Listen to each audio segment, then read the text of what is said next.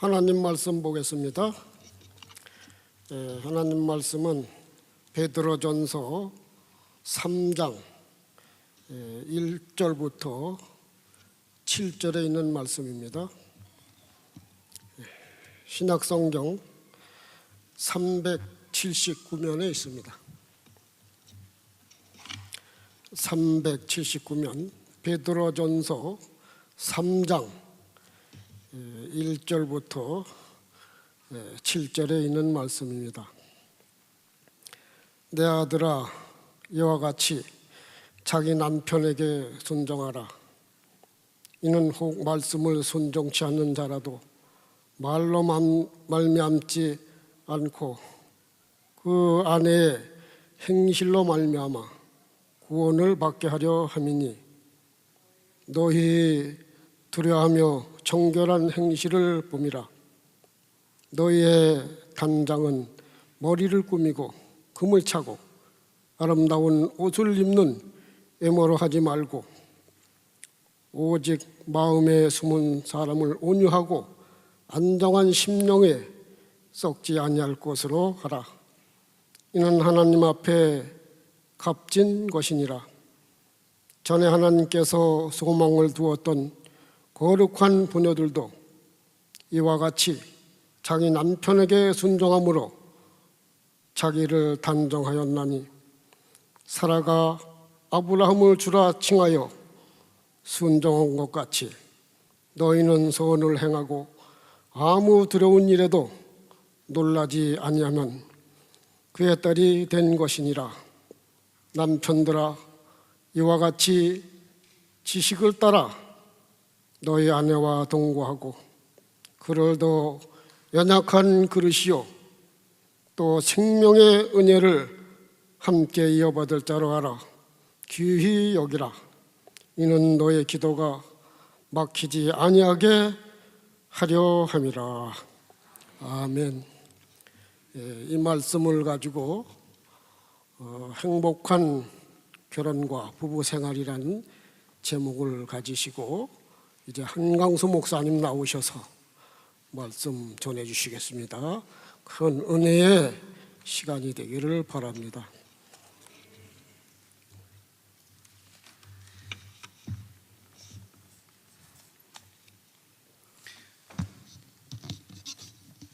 할렐루야. 우리 믿음의 길 가정생활에 대해서 함께 나누고 있는데요, 공교롭게도 가정의 달에 가정에 대한 주제로 함께 나누게 된 것도 하나님의 은혜라고 생각합니다. 지난 시간에 우리는 가정에 대해서 신앙적인 정의를 배웠습니다. 가정은 하나님께서 주신 선물입니다. 하나님의 선물. 그래서 가정은 작은 하나님의 나라로서, 하늘나라의 출장소로서, 작은 교회로서의 신앙적인 역할을 하고 있습니다. 그리고 크리스찬 가정은 그리스도를 구주와 주인으로 모셔야 합니다. 그렇다면 오늘은 그 가정을 이루는 요소로서 어떻게 하면 행복한 결혼과 부부 생활을 할 수 있을 것인가, 실제적인 적용의 현장으로 들어가 보도록 하겠습니다. 그리고 이어서 다음 주에는 부모와 자녀와의 관계를 어떻게 할 것인가를 또 나눠보도록 하겠습니다. 먼저 여러분에게 질문 하나를 하겠습니다. 여러분, 결혼의 목적이 무엇입니까? 여러분은 결혼을 왜 하셨습니까? 어떻게 하다 눈 맞아서 하셨습니까? 남자는 지쳐서 결혼을 하고 여자는 호기심에 결혼한다는 말이 있습니다. 여러분은 지치셨습니까? 호기심에 결혼하셨습니까? 노동력을 중요하게 생각하던 시대에는 며느리 한 사람을 데리고 오는 것이 소 한 마리를 사오는 것과 같았다고 했습니다. 경제적인 이유 때문에 경제적으로 안정하기 위해서 결혼하는 경우도 있고요, 정치적으로 어떤 사람과 결혼을 하면 우리 집안이 좀 더 살 수 있겠다 하는 목적으로 결혼하는 사람들도 있었습니다. 자녀를 낳고 대를 잇기 위해서 결혼하는 경우도 있었고요, 성적 욕구 충족을 위해서 하는 경우도 있습니다. 또 어떤 사람은 심리적인 안정감을 위해서 결혼하기도 합니다. 많은 경우 나 자신의 이기적인 생각을 충족하기 위해서 결혼하는 것은 아닌가 하는 생각을 해봅니다. 이렇게 자기만 생각하고 결혼하는 것은 때로 상대방에 대한 모독이 되기도 하고 건전한 결혼 생활을 할 수 없는 경우들이 생깁니다. 적어도 우리 믿는 사람이라고 한다면 아가페의 사랑을 완전하게 행할 수는 없어도 적어도 흉내라도 내야 되지 않겠습니까?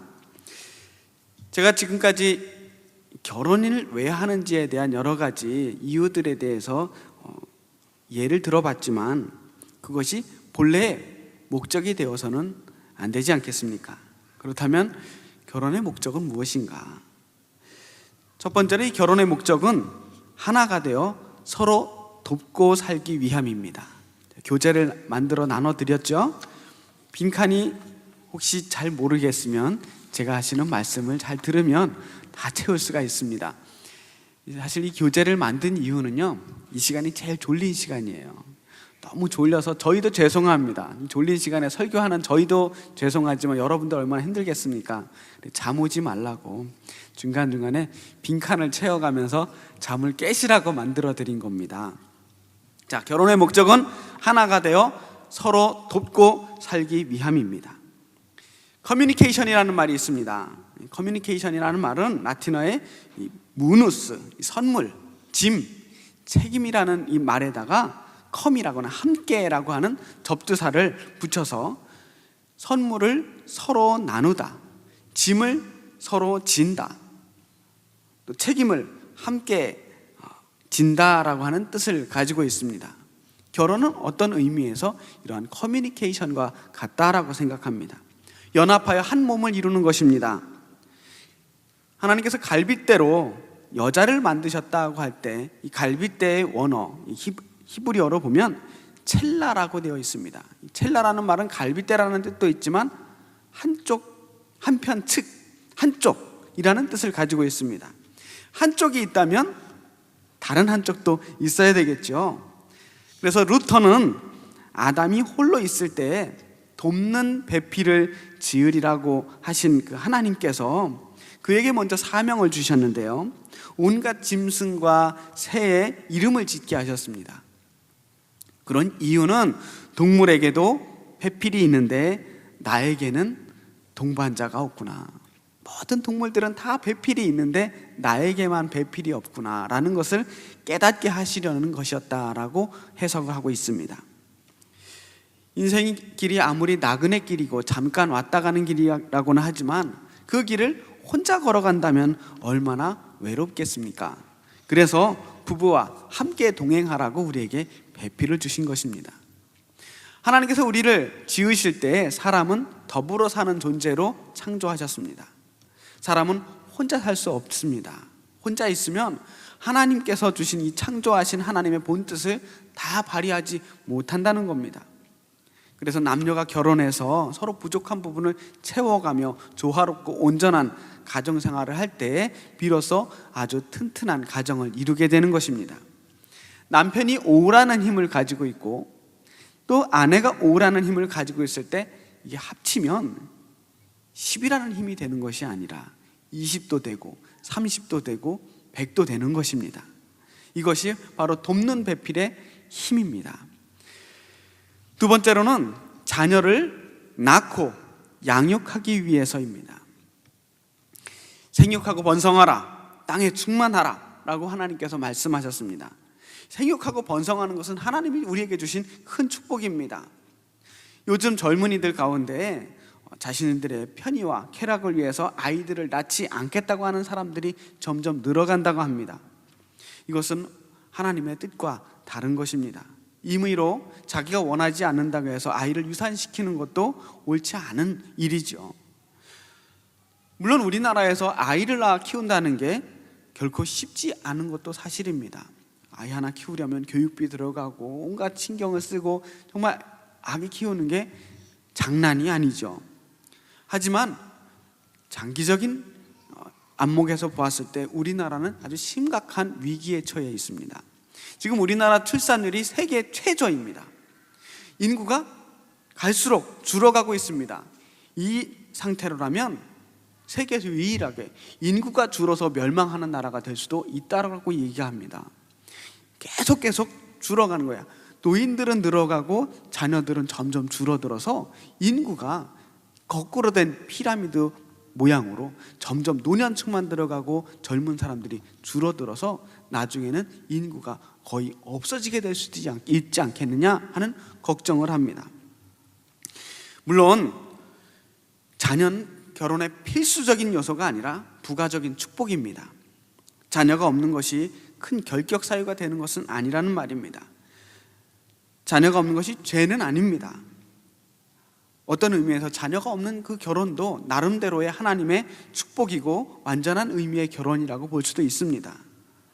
그러나 우리가 우리의 신앙을 다음 세대로 전달해 주는 것, 우리가 한 세대를 더 지나서 하나님의 목적에 맞게 새로운 생명을 창조하고 키워내는 것도 하나님의 크나큰 축복이고 결혼의 좋은 의미라고 볼 수 있습니다.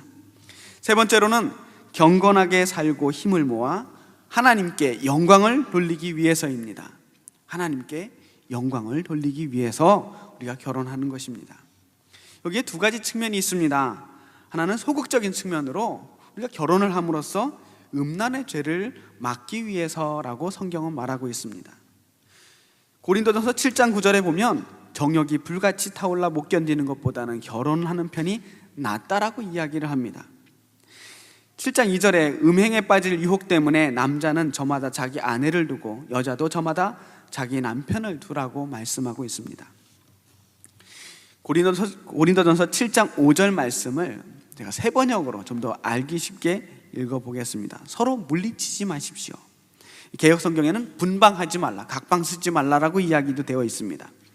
여러분이 기도에 전념하기 위하여 얼마 동안 떨어져 있기로 합의한 경우에는 예외입니다. 그러나 그 뒤에 다시 합하십시오. 여러분이 절제하는 힘이 없는 틈을 타서 사탄이 여러분을 유혹할까 염려되기 때문입니다. 또 다른 하나로는 적극적인 측면으로 부부가 서로 힘을 합하여 하나님께 영광을 돌리기 위해서, 함께 은혜 받기 위해서 결혼을 하는 것입니다. 하나님께서 짝지어 주셨다라고 하는 이 말씀을 직역을 해본다면 하나의 멍에를 메워주셨다라는 말이라고 합니다. 부부에게 한 개의 멍에를 함께 매라고 주셨다는 것입니다. 이 하나의 멍에를 메고 보절을 잘 맞추면서 마음을 합하여 인생의 밭을 갈게 하셨습니다. 서로 신앙적인 용기를 북돋아주며 주님의 일을 하게 하신 것입니다. 이 전도서 4장 9절에서 12절 말씀을 또한 세 번역으로 읽어보겠습니다. 혼자보다는 둘이 더 낫다. 두 사람이 함께 일할 때 더 좋은 결과를 얻을 수 있기 때문이다. 그 가운데 하나가 넘어지면 다른 사람이 자기의 동물을 일으켜 줄 수 있다. 그러나 혼자 가다가 넘어지면 딱하게도 일으켜 줄 사람이 없다. 둘이 누우면 따뜻하지만 혼자라면 어찌 따뜻하겠는가.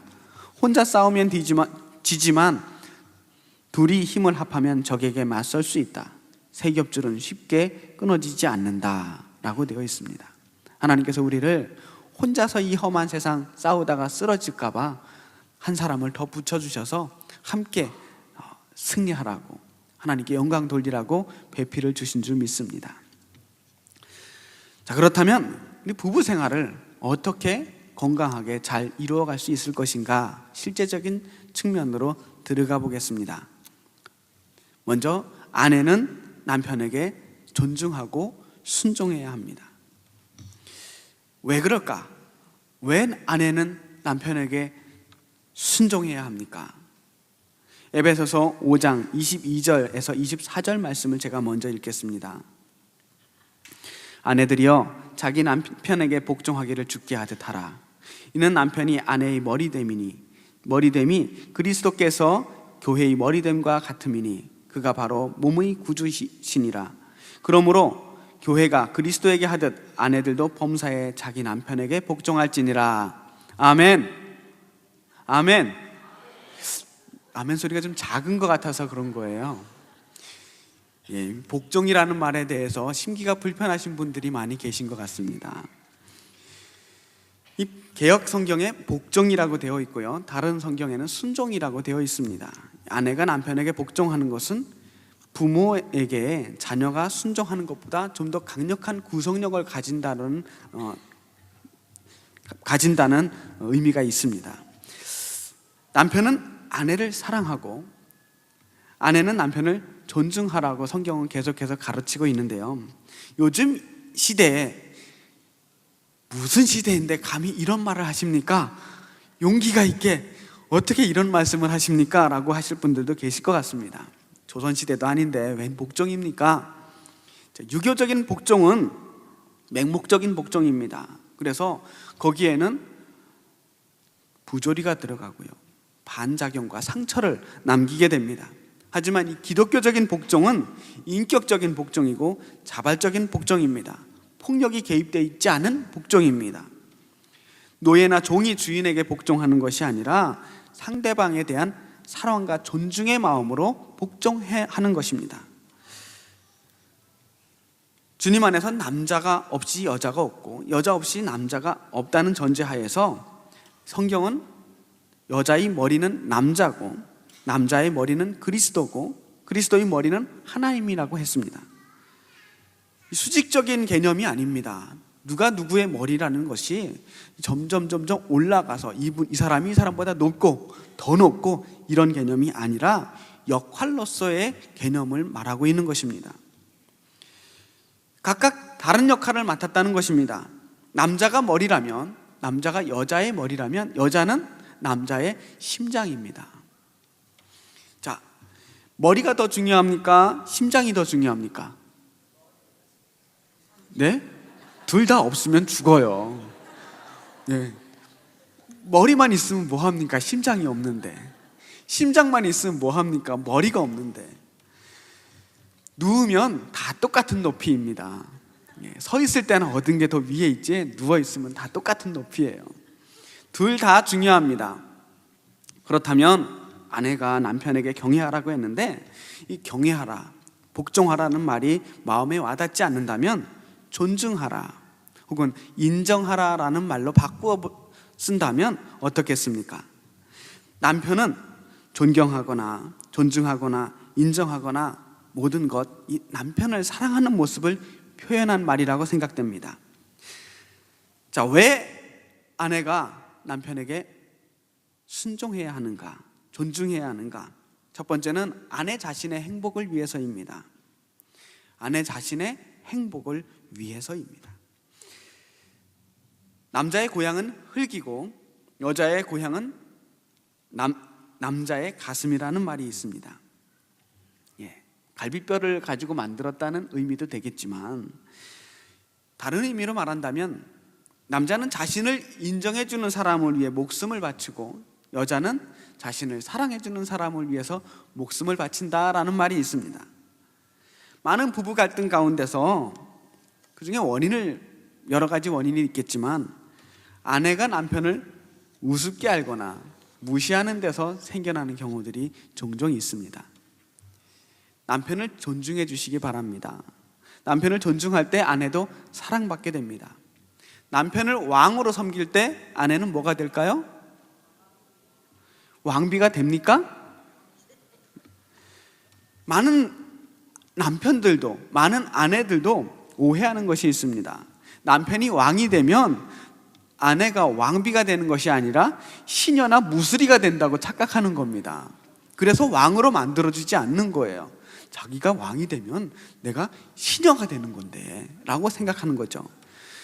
왕의 아내는 왕비입니다. 남편이 왕이 되면 아내는 왕비가 됩니다.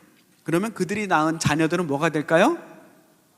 왕자가 되고 공주가 되는 겁니다. 그럼 그들이 사는 집은 무엇이 되겠습니까? 궁궐이 되는 겁니다. 이 세상에 궁궐이 따로 있겠습니까? 왕과 왕비, 공주와 왕자가 사는 그 집이 궁궐입니다. 남편을 왕으로 모셔주십시오. 그 가정이 궁궐이 될 줄 믿습니다. 아멘.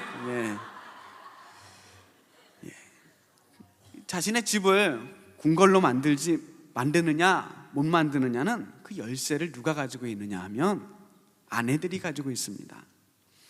요즘 많은 여성들이 공부도 많이 하고 무척 지혜로워졌음에도 불구하고 남편을 다루는 이 방법에 대해서만큼은 지혜롭지 못한 것 같습니다. 남편이 어디로 튈지 모르고 또 뭔가 말을 듣지 않고 영 하는 일이 하나하나 마음에 들지 않아서 속상하십니까? 다 말 잘 들으시는가 보네요. 남편은 여자 하기 나름이라는 말이 있습니다. 남자들은 비난하고 무시하고 지적을 하면 더 잘하려고 노력하는 존재가 아닙니다. 오히려 그러면 그럴수록 에이 뭐 그럼 안 하지 뭐, 그런 소리 들으면서 내가 뭐다로 해, 안 해버리면 속편하지 라고 생각하는 게 남자라는 것입니다.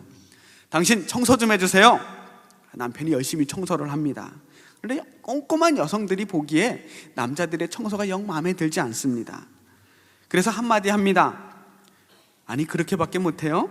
하려면 좀 정성껏 좀 하지, 먼지가 그대로 있네.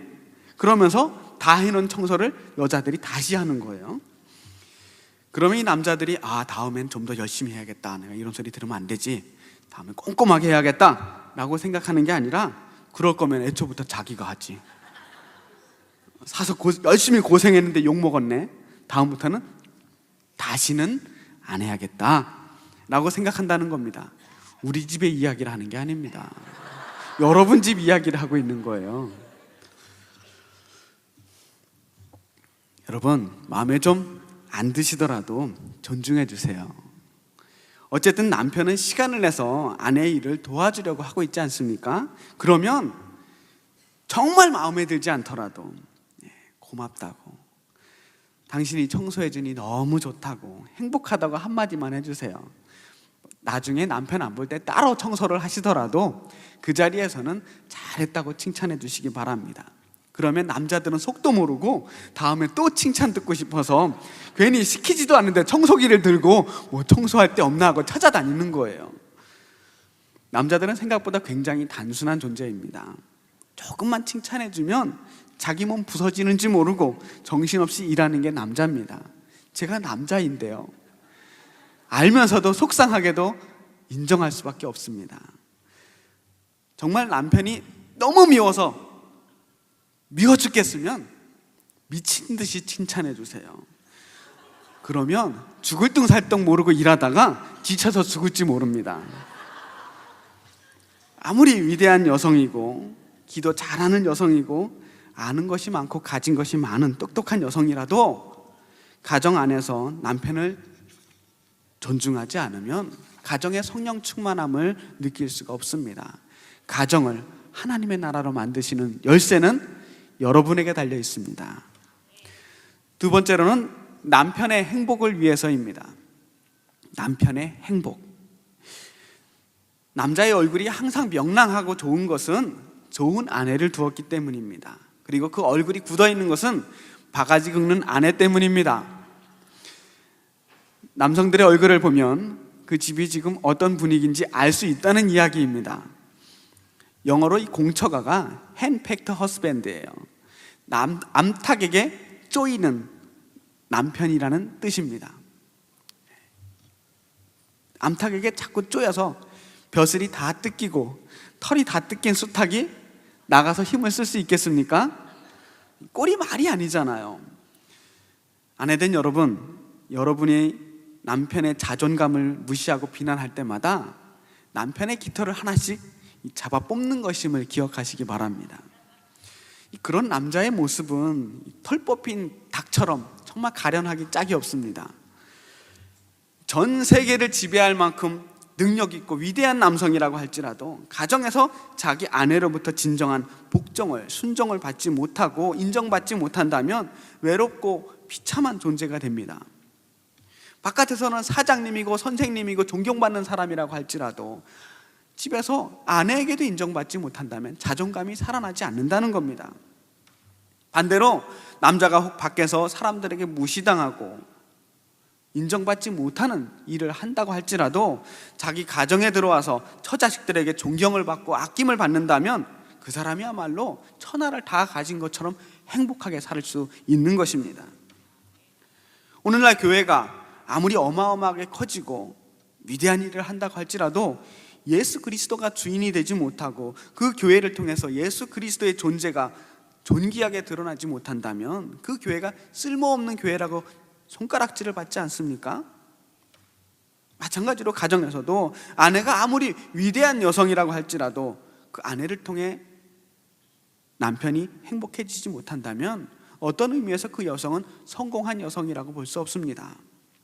탈무드에서는 남자가 자신감을 가지고 일하도록 하는 이 세 가지를 들고 있습니다. 좋은 가정, 좋은 아내, 좋은 의복, 이 세 가지가 있으면 남자가 밖에서 자신감을 가지고 살아갈 수 있다는 겁니다. 베드로전서 3장 1절 말씀, 오늘 우리가 읽었던 본문 말씀 첫 번째 말씀입니다. 세 번역으로 제가 다시 읽겠습니다. 아내가 된 이 여러분, 이와 같이 여러분은 자기 남편에게 순복하십시오. 그리하면 비록 말씀에 복종하지 않는 남편일지라도 말을 하지 않고도 아내 여러분의 행실로 말미암아 구원을 얻게 될 것입니다. 남편을 에덴 동산에서 끌어내린 것도 여자였지만 다시 남자를 낙원으로 끌어올릴 수 있는 것도 여자라는 말이 있습니다. 여러분이 남편을 만드는 겁니다. 할 수 있으시겠습니까? 몇 분 하실 수 있을 것 같아요. 세 번째로는 정상적인 자녀 교육을 위해서입니다. 성경은 남편을 주님 섬기듯이 하라고 했습니다. 물론 부부가 둘 다 주인입니다. 가정의 주인입니다. 남편은 바깥 주인이고 여자는 안 주인이죠. 그래서 아내의 주인은 남편이고 남편의 주인은 아내입니다. 그런데 한 집안의 가장은 아버지입니다. 아버지는 가족의 제사장이고 목사이고 리더이고 하나님의 대리자이고 어른입니다. 가장이 책임을 지고 권위를 가지고 리더십을 발휘해야 이상적인 가정의 모습으로 갈 수가 있습니다. 그런데 아내로서 남편에게 순종하지 않는 자세를 자녀들에게 보일 때 자녀들은 부모의 말에 권위를 두지 않습니다. 어머니가 우리 아버지를 무시한다면 자녀들도 아버지를 무시하게 되는 겁니다. 아버지는 가정에서 영적인 권위를 회복해야 합니다. 교회를 보십시오. 어느덧 이 교회에 여성이 훨씬 많습니다. 지금 이 자리에만 해도 여성들이 남성들보다 훨씬 많지 않습니까? 대부분의 사역에서도 여성들이 주도적인 역할들을 감당하고 있습니다. 남성들이 스스로 자신의 영적인 지도력을 여성들에게 양보하는 경향들이 커지고 있습니다. 당신이나 열심히 교회 다녀. 나를 위해서 기도 많이 해줘. 나는 집에서 잘게. 나는 좀 쉴게 하면서 영적인 리더 역할을 아내에게 떠맡기고 있는 것입니다. 그 결과 어떻게 되었습니까? 남편들의 영적인 권위가 점점 사라져가고 있습니다. 자녀들을 믿음으로 이끌어내지 못하고 있습니다. 예전에는 부모님의 신앙은 당연히 자녀들의 신앙으로 이어져 갈 수 있었습니다. 수천 년을 그래 왔습니다. 우리 가족의 종교가 이거다라고 하면 그 가족은 당연히 그 종교를 믿는 것이 너무나도 당연한 것이었습니다. 그런데 이제는 부모의 신앙은 부모의 신앙이고 자녀들은 자녀의 신앙을 가지고 있다라고 이야기를 하기 시작했습니다. 부모들이 영적인 권위를 상실했기 때문입니다. 부모들이 영적인 권위를 회복하기 위해서는 가장 중요한 것, 가정의 제사장을 세우는 것입니다. 아버지의 영적 권위를 가장으로서, 제사장으로서의 영적인 권위를 회복해야 합니다. 그래서 자녀들을 바르게 신앙 교육을 해야 합니다. 교회에서 일주일에 1시간씩 신앙 교육해서 여러분의 자녀가 온전하게 자라날 수 있겠습니까? 교회 학교에 맡기는 것으로 우리 자녀들의 신앙이 완벽하게 성장할 수 있을 거라고 착각하지 마십시오. 일주일에 1시간으로 자녀들이 변화될 수 없습니다. 가정에서 여러분이 신앙으로 제대로 키우지 않으면 결코 자녀들을 신앙으로 온전하게 키워낼 수가 없습니다. 많은 부모님들이 억지로 교회를 끌고 오는 것으로 자신의 책임을 다했다고 생각합니다. 일주일에 하루 어떤 수단과 방법을 다해서라도 주일 성수시키는 것, 이것으로 자기 책임을 다했다고 생각하는 겁니다. 하지만 일주일에 1시간은 너무나도 턱없이 부족한 시간입니다. 수없이 많은 아이들을 한꺼번에 가르치는 교사로서 그 아이들을 온전하게 신앙으로 다 이끌어낸다는 것은 너무나도 어려운 일입니다. 교육은 어머니가 하는 것이다 라는 생각으로 아버지들이 신앙 교육에 대해서 한 발 물러나서 방관자로 있어서는 절대로 안 됩니다. 자녀들을 위해서라도 아버지의 영적인 권위가 세워져야 합니다. 아버지에게는 권위가 있습니다. 가정의 축복권을 가지고 있습니다. 자녀들을 머리에 손 얹어서 축복 기도해 줄 수 있는 권한을 하나님께서 아버지들에게 주신 것입니다. 가정예배의 인도자로 여러분을 세워주셨습니다. 가정의 신앙생활의 중심에 아버지가 세워줄 수 있기를 축복합니다. 아버지들이 영적인 권위를 회복하시기를 주님의 이름으로 축원합니다. 자, 그렇다면 남편의 역할들은 어떻게 돼야 될까요? 먼저 남편은 아내를 그리스도께서 교회를 사랑함 같이 사랑해야 합니다. 그리스도께서 교회를 사랑함 같이 사랑해야 한다고 했습니다. 베드로전서 3장 7절 말씀을 또 세 번역으로 읽겠습니다. 남편이 된 이 여러분, 이와 같이 여러분도 아내가 여성으로서 자기보다 연약한 그릇임을 이해하고 함께 살아야 합니다. 그리고 생명의 은혜를 함께 상속받을 사람으로 알고 존중하십시오. 그래야 여러분의 기도가 막히지 않을 것입니다. 왜 아내를 그리스도께서 교회를 사랑하는 것 같이 사랑해야 하는가? 아내는 제일 가까운 이웃이기 때문에 누구보다도 제일 사랑해야 합니다. 가까운 이웃이라는 겁니다. 누구보다도 가까운. 이 아내를 지칭하는 말로 옆헌내라는 말이 있습니다. 옆헌내는 욕이 아닙니다. 옆에 있네의 준말이라는 말도 있는데요. 어쨌거나 가장 옆에, 내 옆에 있는 사람, 가장 옆에 있는 사람을 아내라고 우리는 말합니다. 내 몸을 때리는 사람이 있습니까? 내가 마음에 안 든다고 내 몸을 막 주먹으로 때리는 사람, 병원에 가야 합니다. 심각한 병이 있는 거예요. 골로새서 3장 19절에 아내를 사랑하며 모질게 대하지 마십시오. 가장 사랑하는 사람, 가장 내 옆에서 내 가까이에서 누구보다도 가까이 있는 그 사람을 모질게 대해서는 안 됩니다. 아내는 자기의 소유물이 아닙니다. 내 집사람이 아니고 하나님의 사람입니다. 하나님께로부터 선물 받은 존재, 그 사람이 아내입니다. 잠언 19장 14절 말씀에 집과 재물은 조상에게서 상속하거니와 슬기로운 아내는 여호와께로서 말미암느니라. 여러분의 아내는 어떻게 하다 여러분이 얻은 게 아니에요. 하나님께서 여러분에게 주신 선물임을 기억하시기 바랍니다. 탈무드에 이런 이야기가 있습니다.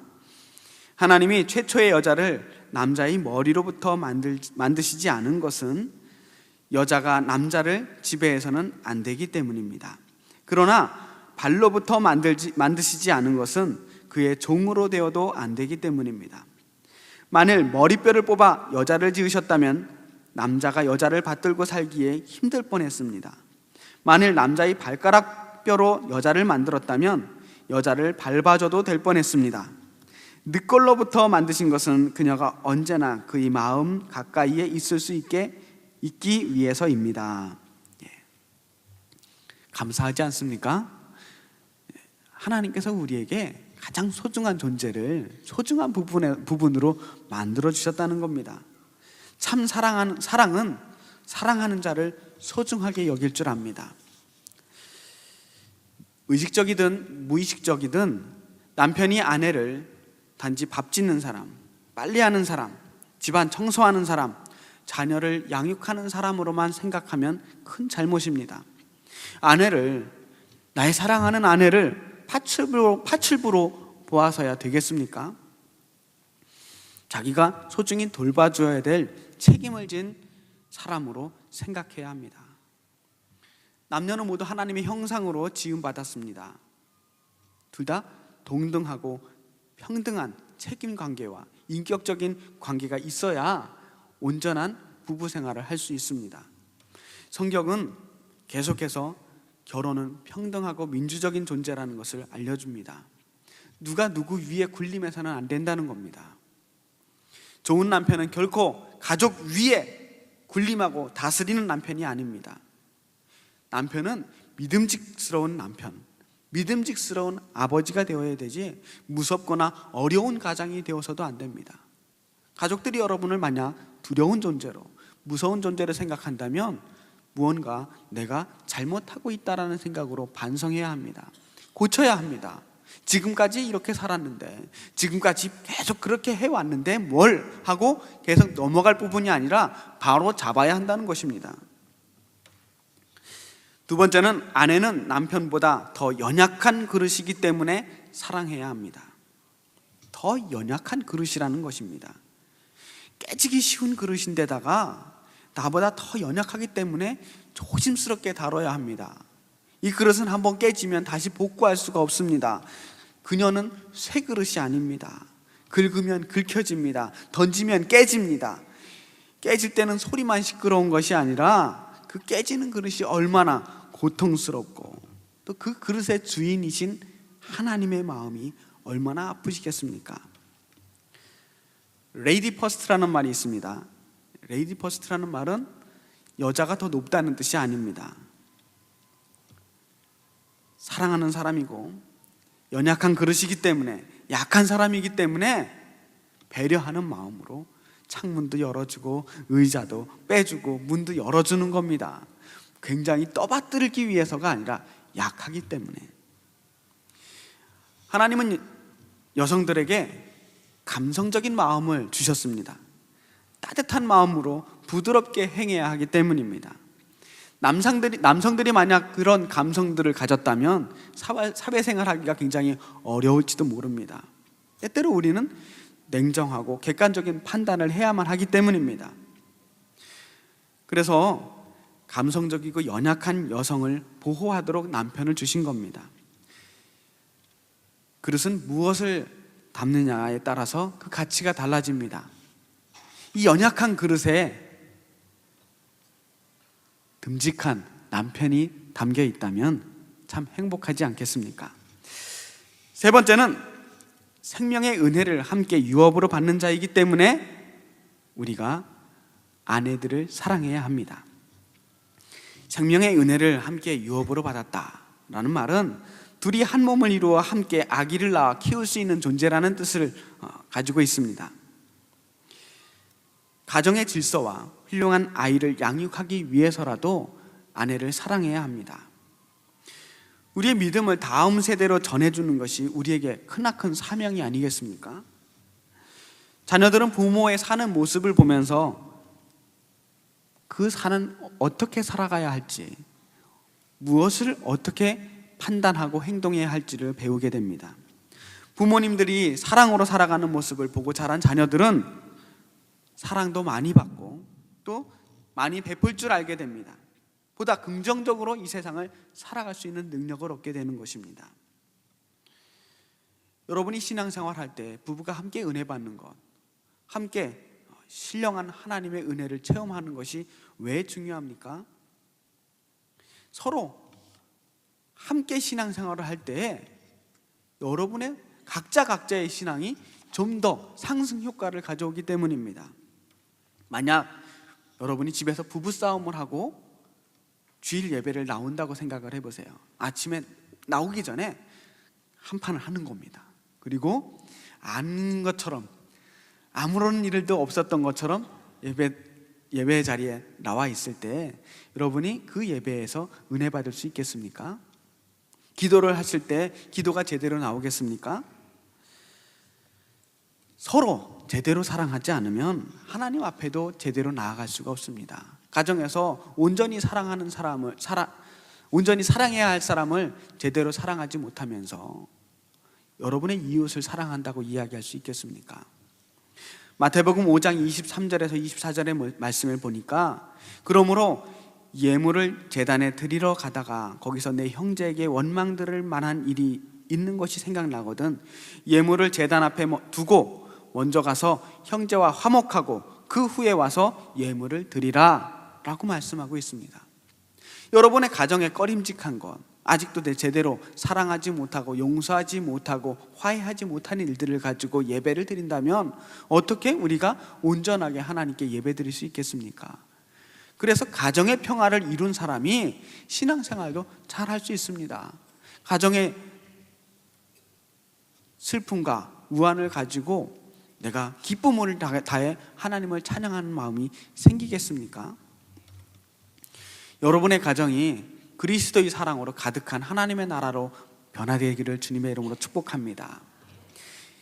하버드 대학 교수인 소로킨이라는 박사가 조사를 했는데요, 보통 일반적으로 이혼율이 5명 중에 2명꼴, 10명 중에 4명, 굉장히 많죠. 미국 이야기예요. 인데 부부가 다 그리스도인으로 매일같이 성경을 읽고 기도를 드리는 가정재단이 있는 부부의 경우에는 1015명 중에 1명이 이혼을 한다는 결과를 발표했습니다. 믿음으로 살아가는 가정이 얼마나 굉장한 것인가를 보여주는 단적인 예라고 볼 수 있습니다. 하나님께서는 남편과 아내를 그리스도의 피로 서로 붙여주셨다라고 저는 믿습니다. 여러분의 남편은, 여러분의 아내는 하나님이 주신 귀한 선물입니다. 여러분 혼자서 사는 게 보기가 딱해서 돕는 배필을 붙여주신 것입니다. 하나님께서 여러분의 가정을 이렇게 강하게 붙여주실 줄을 믿습니다. 이번 달은 가정의 달입니다. 이 부부 간에, 가족 간에 평상시에 다 하지 못했던 이야기가 있다면 깊이 이야기 나누시고 사랑한다고 고백하시고 표현하시기를 바랍니다. 가정에서 진정한 하나님의 나라를 이루면서 여러분의 사랑이 점점 더 이웃으로, 세상으로 확산되어 가기를 주님의 이름으로 축복합니다. 기도하겠습니다. 살아계신 아버지 하나님, 우리에게 사랑을 품게 하심 감사합니다. 그 사랑을 나만 가지고 있는 것이 아니라 우리 가족들에게, 자녀들에게, 이웃에게, 세상에게 전하는 우리들이 되게 하여 주시옵소서. 우리 가정을 하나님의 나라로 변화시켜 주시옵소서. 혹여나 가정에 어려움이 있습니까? 주님 회복하여 주시옵소서.